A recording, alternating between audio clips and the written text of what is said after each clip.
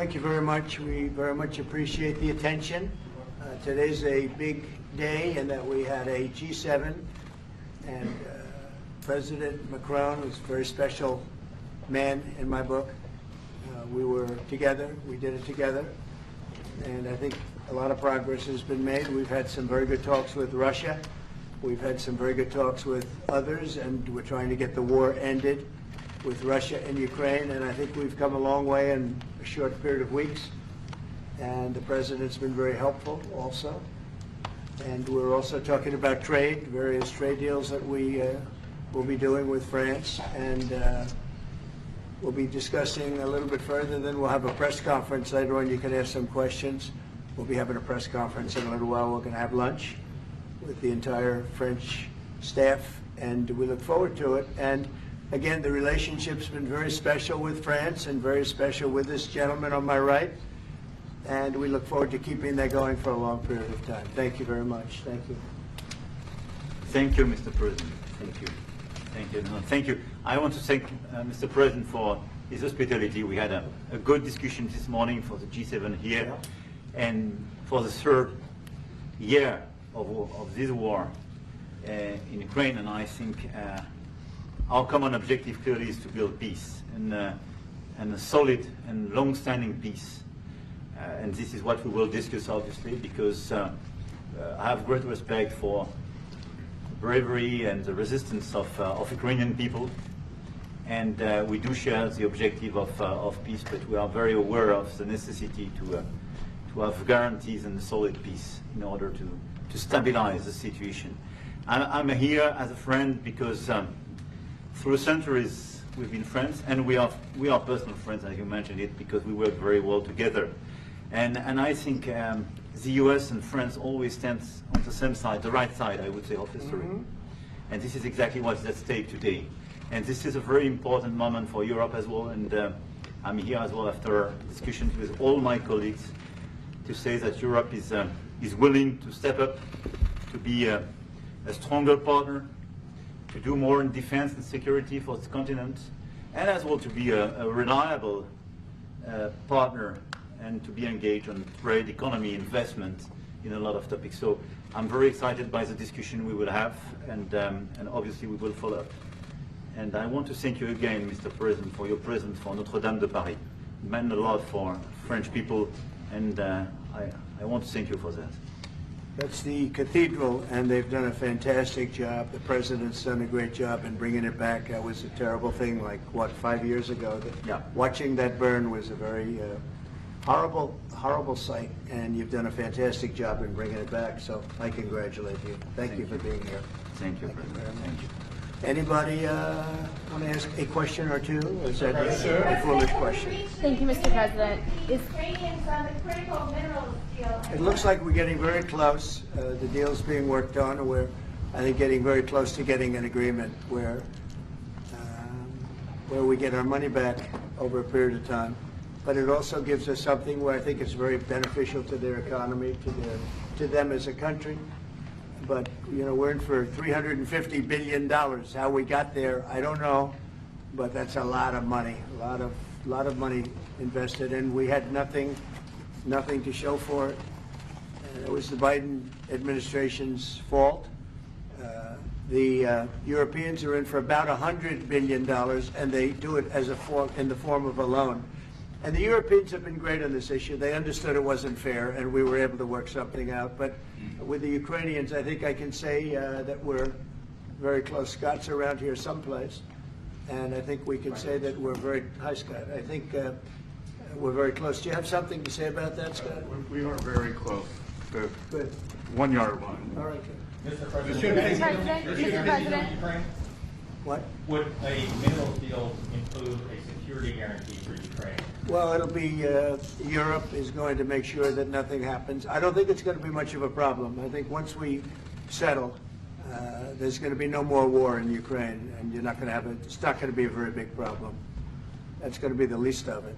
Mr. President, we're hearing from some Greek media reporting that the U.S. has agreed to shut down a military base in Greece that's been a logistical hub for NATO. That who shut down? That the U.S. has agreed to shut it down at the request of Turkey and Russia. Is that at all true? Marco, do you have anything to say about it? Please. Sure, that's a no. That's a no. Mr. President. Mr. Is it a President. no? You said- It's a no, sir. It's not a correct story. Thank you. Mr. President, how do you react to people in Europe who say that you are abandoning Ukraine and that you are going to sacrifice the security of Ukraine by making a deal with Vladimir Putin? You know, we're helping Ukraine like nobody's ever helped Ukraine before. And I can say this, if I didn't become president, Ukraine would right now still be at a level where there would be no even thinking about a peace. And it was, it's a sad thing that this happened. This would have never happened, this war, if I were president. Zero chance. And it has happened. So my function is to get you out of the war, get them out of the war, let them live. It's a bloody war, it's a horrible war. Thousands of people are being killed a week. And I would say Russia, maybe 700,000 people. I think Ukraine probably a similar number. And that's not talking about the towns and the cities that have been blown up. That's talking about soldiers. This has been a horrible, bloody mess. And we're going to get it solved. We got to get it solved. And you know, we're not talking about America's soldiers, soldiers from this country. We're talking about Russia and Ukraine. But on a humanitarian basis, we have to get this very, very bloody, savage problem solved. And I will say this also, it could lead to World War III if it's not solved. You know, there'll be a point at which it's not going to stop at those two countries. Already there's such involvement from other countries. And it could really lead to a very big war, World War III, and we're not going to let that happen either. Would you support the idea to send European troops in Ukraine to back the ceasefire? European troops may go into Ukraine as peacemakers. So when the agreement is done, they can watch that everything's followed properly. I don't think that's going to be a problem. And a lot of the European countries, I think, I don't want to speak for France, but I know that the president's talked about doing that also. I think that'll be a very good day when we can go in as peacekeepers as opposed to what's going on right now with everybody being killed. Will they have U.S. backing, those troops going into Ukraine? Will they have U.S. backing from U.S. troops? Well, we're going to have a backing of some kind, and obviously the European countries are going to be involved, and I don't think you're going to need much backing. I think that's not going to be a problem. Once an agreement is signed, Russia's going to get back to its business, and Ukraine and Europe are going to get back to their business. I don't think it's going to be a problem. Mr. President, Can you talk about will you Doge? meet with President Zelensky soon? What? Will you meet with President Zelensky soon? I will be meeting with President Zelensky. In fact, he may come in this week or next week to sign the agreement, and which would be nice. I'd love to meet him. Would meet at the Oval Office. So the agreement's being worked on now. They're very close to a final deal. It'll be a deal with rare earths and various other things, and he would like to come, as I understand it, here to sign it, and that would be great with me. I think they then have to get it approved by their council or whoever might approve it, but I'm sure that will happen. Monsieur Macron, Monsieur le Président Macron, est-ce que vous pouvez commenter I'll ce qui be a été dit par le meeting with Président? President Putin also, yes. I don't know when we speak. We're trying to get this thing worked out, but yeah, at some point I'll be meeting with President Putin too. Monsieur Macron, s'il vous plaît, est-ce que vous pouvez nous dire quelques mots en français? Mr. I President, can say a few words in French. Yes, yes. No, le président l'a dit, je pense que c'est un moment important. C'est un moment important de la discussion. On veut bâtir la paix en Ukraine et le bilan qui a été rappelé, une réalité, il y a d'1 million de morts et de blessés depuis le début de ce conflit et de cette guerre d'agression. Notre volonté, c'est que cette paix dure, parce que nous avons déjà eu un cessez-le-feu et une paix qui n'a pas été respectée. C'était les accords de Minsk, 1 puis 2. Et donc le corps de cette discussion, c'est de s'assurer d'abord qu'il y ait un cessez-le-feu, ensuite que les Ukrainiens soient impliqués. Je pense que ce que vient de dire à l'instant le président Trump est très important, c'est-à-dire qu'il va rencontrer rapidement le président Zelensky pour signer cet accord sur les minerais critiques et les terres rares, et que c'est aussi un moyen d'avoir une implication américaine forte. Les Européens sont prêts à prendre leur charge sous des formes diverses, de soutien à l'armée ukrainienne, de présence, y compris pour pour s'assurer que la paix soit durable. Et l'implication dans la durée des États-Unis d'Amérique à travers cet accord est une bonne chose. Et donc tout est encore à construire. Et je ne veux pas préempter les discussions. Mais nous partageons le même objectif. Et ce qu'on a discuté ce matin pendant 1 heure après la visioconférence ensemble, et ce qu'on va continuer de travailler, et sont pour moi des bonnes avancées. Et l'annonce de... Est-ce que l'intégrité territoriale de l'Ukraine est encore un objectif We've already crédible? spoken about this just a moment ago. This is exactly what we want to do. We want to build peace with Ukraine. As President Trump mentioned, there are already 1 million dead and wounded in Ukraine since the war began. We had a ceasefire in the past that was not respected. This was under the Minsk Agreements 1 and 2. President Trump, as he said, will be meeting with President Zelensky to sign a deal on rare earths. And we are pleased to see this very strong American involvement. Europe, of course, also stands ready to support Ukraine in various ways, supporting its military.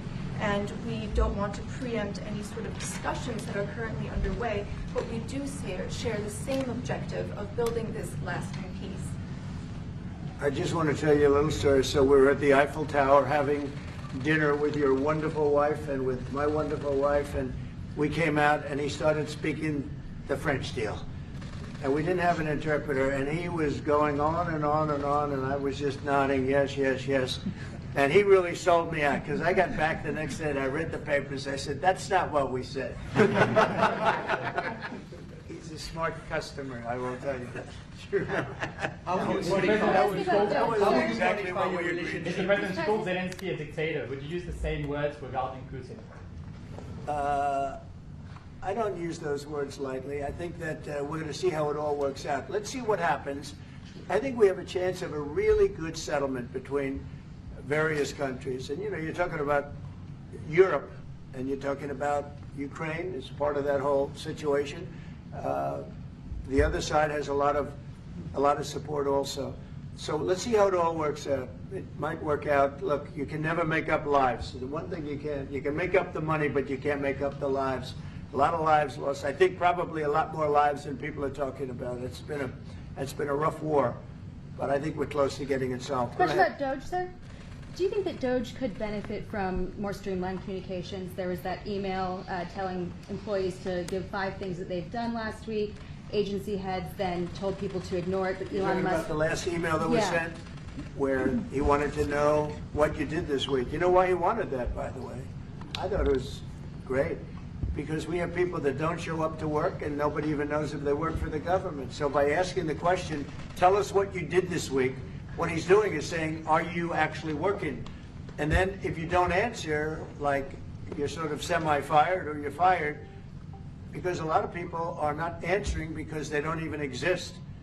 They're trying to find, that's how badly various parts of our government were run by, and especially by this last group. So what they're doing is they're trying to find out who's working for the government. Are we paying other people that aren't working? And, you know, where's all that, where's the money going? We have found hundreds of billions of dollars of fraud so far, and we've just started. We're actually going to Fort Knox to see if the gold is there, because maybe somebody stole the gold. Tons of gold. Some of the agencies... So I think it was actually, there was a lot of genius in sending it. We're trying to find out if people are working. And so we're sending a letter to people, please tell us what you did last week. If people don't respond, it's very possible that there is no such person or they're not working. Some of the agency heads instructed their employees not to respond because they were waiting on further guidance, but Elon Musk's tweet said a failure to respond would be taken as a resignation, so there's been a disconnect in communications. Yeah. Are you concerned at all about Only, that? no. That was done in a friendly manner. Only things such as perhaps Marco at State Department, where they have very confidential things, or the FBI, where they're working on confidential things. And they don't mean that in any way combatively with Elon. They're just saying there are some people that you don't want to really have them tell you what they're working on last week. But other than that, I think everyone thought it was a pretty ingenious idea. We have to find out where these people are. Who are they? And we said if you don't respond, we assume you're not around. And that holds, that stands. And you're not getting paid anymore, too. So, you know, we're doing a real job. And we just had a poll come out, I guess the Harvard poll, saying that it's massively popular what we're doing. So. Mr. President, do you still believe in NATO, in the alliance between Europe and America in NATO? are going to go to NATO the is summit in June? very much involved in this. When I first got elected at the very beginning, first term, I got hundreds of billions of dollars put into NATO. NATO had no money because they hadn't paid for years. And I said, look, if you don't pay, we're not going to be a part of NATO. We're not going to protect. We're not going to do what we're supposed to do. And we took in hundreds of billions of dollars into NATO. No, NATO is a good thing if it's done properly and if it's used properly. Mr. President, in these days you speak a lot about tariff in Canada, in Mexico, and in Europe. I want to know what is your idea about Italy, if you want to make the same thing. What? Can you talk up a little louder? In these days. No, louder. Can you talk a little louder? You have a beautiful voice, but you're not. In these days you speak. Where are you from? Italy. From Italy. Oh, I love Italy. Go ahead. I want to know if you have the same idea with Italy about tariffs. Well, look, I love Italy, and Italy is a very important nation. We have a wonderful woman as your leader, and she was on the conversation today, one that we had, the G7.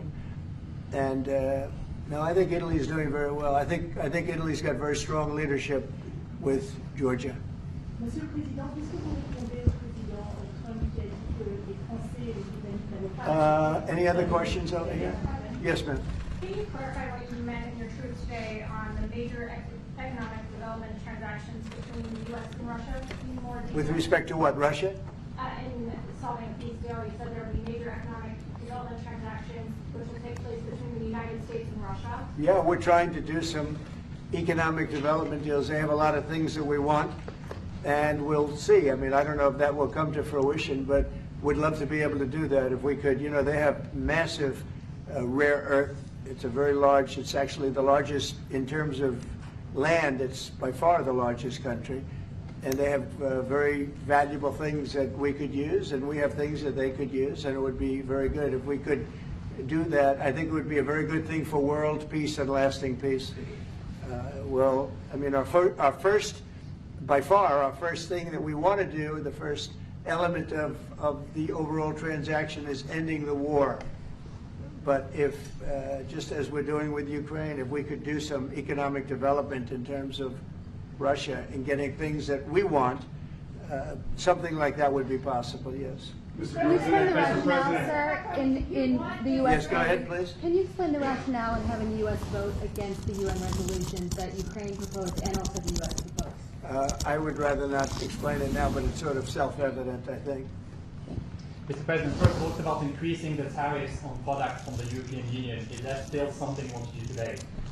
Well, it's not increasing, it's reciprocal. So whatever they charge us, we're charging them. So it's not a question of increasing. If they charge us 20%, we charge them 20%. If they charge us 30 or 40%, then we do that too. So that would be on European Union, but that really would be with respect to everything. It's reciprocity. So reciprocal. Whatever they charge us, we charge them. Nobody has a problem. Even you. I see you don't have a problem anymore, right? Mr. President, are you thinking of going to Moscow soon, maybe in May for the 9th of May for the anniversary? I mean, not soon, but I would be certainly, if this all gets settled out, which I think it will, sure, I would go there. On the 9th of And May? he'd come here too. On the 9th of May for on the Red Square? I don't know, the 9th of May, no, I don't, I think that's pretty soon. But no, at the appropriate time, I would go to Moscow. Monsieur le Président, est-ce que l'envoi de troupes françaises I ou think the européennes war est can end envisagé en soon. Ukraine? Within weeks. Yeah, I think so, right? Don't you think so? I'd like to have you, I think we could end it within weeks if we're smart. If we're not smart, it'll keep going and we'll keep losing young, beautiful people that shouldn't be dying. And we don't want that. And remember what I said, this could escalate into a third world war. And we don't want that either. Mr. President, your envoy Steve Witkoff suggested a temporary ceasefire in the conflict, but the Russian government has denied that out of hand. Are you worried that they're not feeling in good faith? No, I think they, at some point, will agree to that. I think they probably wanted to. And I think once you have a ceasefire, it's going to end because they're not going from a ceasefire back to war. I think people have had they're full. I'm just glad I was able to help because there was no communication with Russia until I came along. Biden didn't communicate. He couldn't communicate with his own child. So Biden didn't communicate. He couldn't. It was terrible. He hadn't spoken to Putin in 3 years. You're trying to end a war. People are being killed. Every week, thousands of people are being killed. Soldiers, in this case, mostly. Also towns, you know, as missiles go in and back and forth. No, it's a shame. This should have never happened. This is a very sad, this is going to go down in the history books. This is a very sad moment because that should have been stopped. That should have never started. And if it did start, it should have stopped the first week, not 3 years later. Okay? Je vais répondre, if you allow me, because je pense que plusieurs questions de vous et de votre collègue qui ont été posées en français et qui rejoignent les questions posées par les collègues américains. D'abord, cette discussion est utile et construire la paix est une nécessité. La deuxième chose, c'est qu'il y a aujourd'hui une capacité de dissuasion qui est restaurée et que c'est ce que veut dire le président Trump quand il dit qu'il n'y aura plus de problème. Je pense que la force du réengagement américain aujourd'hui, c'est en quelque sorte l'incertitude aussi pour le président Poutine. Et donc il y a une capacité de dissuasion qui est là, qui permet de sceller d'abord sans doute une trêve, la capacité à vérifier que cette trêve est respectée, et ensuite un accord de paix qui permettra de reconstruire l'Ukraine, mais de lui apporter aussi les garanties de sécurité. Dans le cadre de ces garanties de sécurité, nous pensons que nous avons notre rôle à jouer. Et donc, on verra à ce moment-là de la discussion, je ne veux pas la présenter, ce qui est nécessaire pour que l'Ukraine puisse rester un pays souverain. Et d'ailleurs, dans les discussions entre l'Ukraine et les États-Unis d'Amérique, il y a cette question d'une souveraineté ukrainienne qui est respectée. Et donc, nous, ce que nous avons préparé en particulier avec nos partenaires britanniques, dans le cadre d'un travail très étroit qu'on a mené ces dernières semaines, et partagé avec tous les pays européens et alliés qui sont prêts à s'y joindre, c'est l'idée de dire on est prêt à apporter ces garanties de sécurité. Les conditions, elles doivent en être définies. L'envoi de troupes. Elles doivent être définies par l'accord. Ça peut aller jusqu'à l'envoi, comme l'a dit le président, de troupes qui iront observer que la paix est bien respectée, qui iront se positionner, pas sur la ligne de front, pas pour justement, en quelque sorte, être dans le conflit, mais marquer une présence comme une garantie. Il y a d'autres moyens de soutenir qui peuvent être des soutiens accrus et capacitaires à l'armée, des structures nouvelles. Et je pense aussi que l'accord qui est discuté, le président l'a dit, la crédibilité américaine qui est mise dans ce moment, c'est aussi montrer que chacun est dans son rôle, mais que nous avons une unité, Européens et Américains, et donc avec une forme de garantie que les Américains prennent par la discussion sur les minerais critiques qui sont en train de finaliser. That is the most beautiful language. I have no idea what he's saying, but that is the most elegant, beautiful language. Go ahead, please. This is a question that was asked by several. What we need to do is make sure that we are building peace. We have deterrence capabilities that have been restored. As President Trump said, there won't be any more problems. We've seen the U.S. re-engagement and the message that that sends to Mr. Putin. We have deterrence, which will allow a truce to take place, verification of that truce, and then a peace agreement can be put in place so that we can start rebuilding Ukraine with security guarantees. And we have a role to play in that. Again, I'm not preempting any discussions, but we've spoken about Ukraine's sovereignty, and that has been a subject of discussion between the U.S. and Ukraine.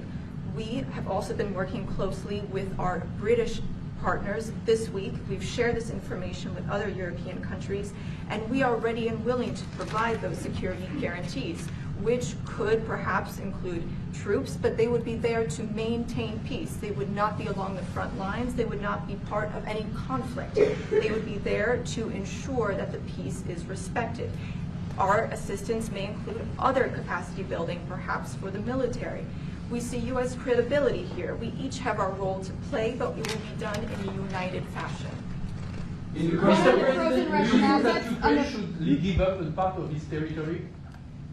Well, we're going to see. It's a negotiation that's just starting, and they've been fighting, and there's been a lot of land that's been taken. So we'll have to see how that works out. That's part of the negotiation. I will say there was great unity in that room today. We were via Skype or whatever, but it was great, tremendous unity today in that room with the other countries. Ukraine wants I was very some impressed by it. territories back. Can they take it back? What they lost in the past years? That's not an easy thing to do, is it? Right? It's not an easy, just asking whether or not you can take back the land that they lost. And I say that, yeah, perhaps some of it, yeah, I hope so.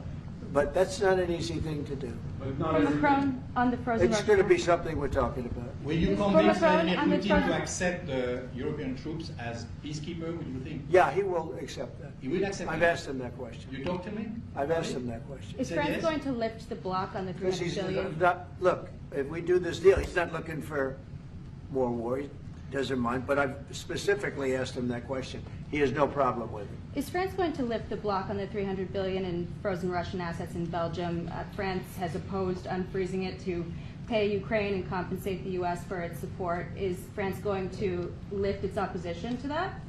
This is, we speak about frozen assets. We already used them to back precisely the loans negotiated at the G7. And it's part of the sanctions, so it will depend on the follow-up of the discussions. But clearly, we respect international law. It's just frozen assets now. You can take the proceeds of the frozen assets, but you cannot take the assets themselves because it's not respecting international law, and we want to respect international How is law. one different than the other? If you can take the proceeds from it, how can you not take Because the it's assets? very different. You keep the assets, you take the proceeds because they are paralyzed in a certain way. You take the proceeds during the wartime, but you keep the assets, and it's part of the negotiation at the end of the war. Because, this war costed all of us a lot of money. And this is the responsibility of Russia, because the aggressor is Russia. Should the U.S. be compensated? So at the end of the day, this frozen asset should be part of the negotiation, all in all. Will France support the U.S. being compensated? I support the idea to have Ukraine first being compensated, because they are the ones who have lose a lot of their fellow citizens and being destroyed by these attacks. Second, all of those who paid for could be compensated, but not by Ukraine, by Russia, because they were the one to aggress. Again, just so you understand, Europe is loaning the money to Ukraine. They get their money back. No, in fact, to be frank, we paid 60% of the total effort, and it was through, like the US, loans, guarantee, grants, and we provided real money, to be clear. We have 230 billion frozen assets in Europe, Russian assets, but this is not as a collateral of a loan, because this is not our belonging. So they are frozen. If at the end of the day, in the negotiation we will have with Russia, they're ready to give it to us, super. It will be loan at the end of the day, and Russia will have paid for that. If you This is my believe wish. that, it's okay with me. Mr. But President. they get their money back, we don't, and now we do. But, that's We will only find fair. both. Mr. President, if you think Russia should be the one that pays everybody back, are they the aggressors? Well, we're negotiating everything, and everything's on the table, and we'll see if we can get some land back, and we'll see about a lot of different things. And we're going to be making a little speech and say a few words in a little while. We're going to have another meeting, a luncheon meeting, and we'll see you in about 2 hours. Okay? Thank you very much, everybody. Thank you, Fred. Thank you, Fred. Moving out. Let's go, let's go. Moving out, cameras. Thank you very much. Thank you. Thanks, guys. All right, headed out this door right here, right here. We're moving out. Thank you, sir. It's good to see you. You guys? Right here. Thank you, Mr. President. Good to see you, sir. Cameras, out the door. Thank you. Out the door. Thank you. Moving out. Let's move. Moving out. Thank you. Thank you. Thank you. Thank you. Straight out. Thank you.